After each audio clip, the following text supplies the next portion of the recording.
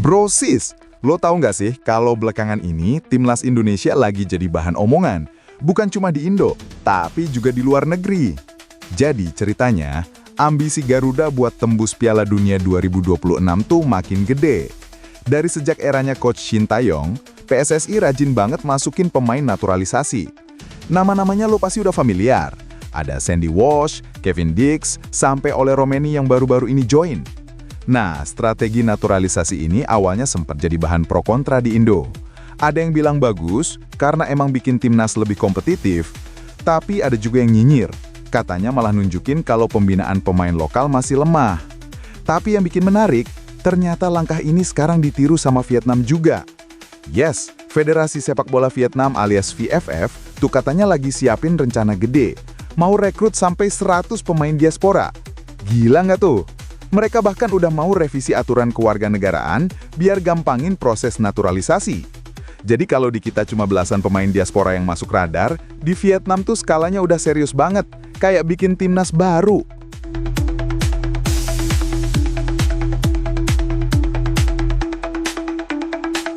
Tapi masalahnya bro, langkah kayak gini ternyata nggak luput dari sorotan publik Asia, terutama dari Jepang. Nah, supporter Jepang ini pada vokal banget ngasih kritik soal naturalisasi. Mereka nganggap kalau strategi ini tuh cuma jalan instan, shortcut, dan nggak nunjukin kekuatan sepak bola asli dari sebuah negara. Di salah satu kanal YouTube CDL Sports Channel, banyak banget komentar fans Jepang yang basically nyindir-nyindir Indo. Ada yang bilang, EFC harusnya bikin aturan, pemain naturalisasi maksimal 4 orang aja, biar kompetisi Asia tetap fair. Jadi kayak ada semacam kekhawatiran kalau kebanyakan naturalisasi, identitas tim nasional bisa blur gitu, kayak bukan lagi pure representasi negaranya. Terus ada juga komentar yang lebih pedes lagi. Beberapa supporter Jepang nyebut kalau negara yang terlalu ngandalin pemain naturalisasi itu bisa disebut negara lemah. Contohnya ada yang nulis begini, negara yang nggak bisa besarin pemainnya sendiri itu negara yang lemah. Jepang kuat karena benar-benar didukung sama pemain lokal hasil pembinaan mereka sendiri.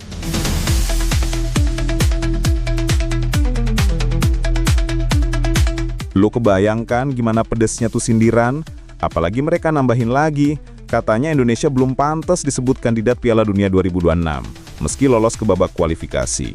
Jadi, dari kacamata mereka, meskipun kita punya pemain naturalisasi yang skillnya oke, itu belum cukup buat bawa Indo ke level yang sama kayak Jepang atau Korea Selatan. Nah, kalau ngomongin Jepang, wajar sih mereka agak sombong, karena sepak bola mereka tuh udah punya sistem pembinaan super mateng. Dari akademi, liga domestik, sampai ke internasional. Semua terintegrasi.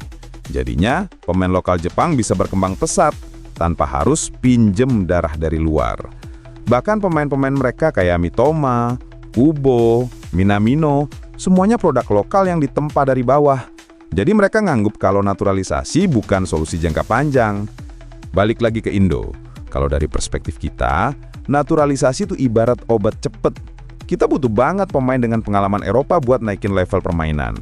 Apalagi kualifikasi Piala Dunia tuh levelnya nggak main-main. Lo ketemu tim kayak Jepang, Korea, Australia, Iran.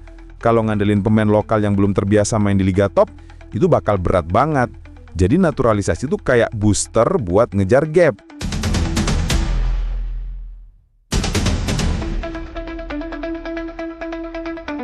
Tapi nggak cuma kita yang kena nyinyir bro. Vietnam juga ikut-ikutan jadi bahan gosip. Soalnya, waktu mereka main full pemain lokal di kualifikasi Piala Dunia 2026, hasilnya kurang maksimal. Jadi sekarang publik mereka juga mulai mikir, mungkin kita harus ikut cara Indo deh. Akhirnya, wacana naturalisasi gede-gedean pun muncul. Tapi ya gitu, kalau dilihat dari luar, orang-orang kayak fans Jepang nganggap Asia Tenggara tuh terlalu sibuk ngejar jalan instan. Mereka lebih prefer kita fokus ke pembinaan, bikin liga domestik sehat, dan invest di akademi, instead of terlalu banyak narik pemain diaspora. Kalau dipikir-pikir, ada benarnya juga sih. Jepang dan Korea Selatan bisa jadi role model soal pembinaan jangka panjang. Tapi, kita juga nggak bisa nutup mata sama realita. Infrastruktur sepak bola kita masih jauh tertinggal. Jadi wajar kalau naturalisasi dipakai buat nutup celah jangka pendek. Di sisi lain, naturalisasi juga punya efek positif. Pemain diaspora yang udah biasa main di Eropa bisa bawa pengalaman, mental, sama standar profesional yang lebih tinggi. Itu bisa jadi inspirasi buat pemain lokal sekaligus bikin atmosfer kompetisi di timnas makin ketat. Cuma ya balik lagi ke kritik supporter Jepang tadi.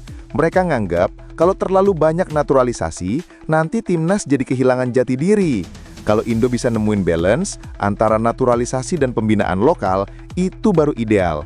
Jadi bukan cuma numpang skill pemain Eropa, tapi juga ngembangin talenta asli Nusantara.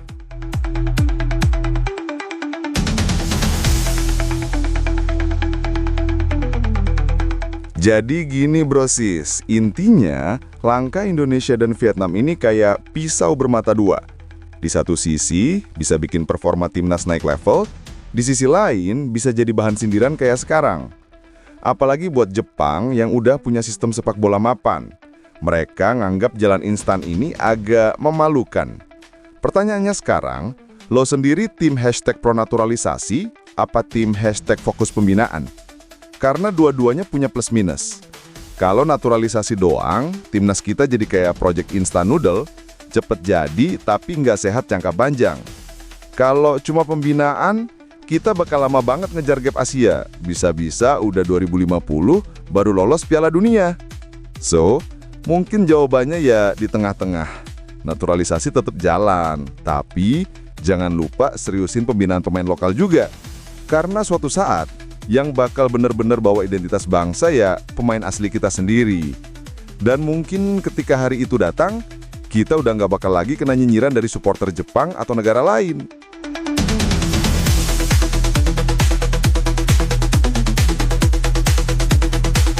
Nah, itu tadi brosis, cerita lengkap soal timnas Indonesia yang lagi ramai banget dinyinyirin supporter Jepang gara-gara isu naturalisasi di Piala Dunia 2026.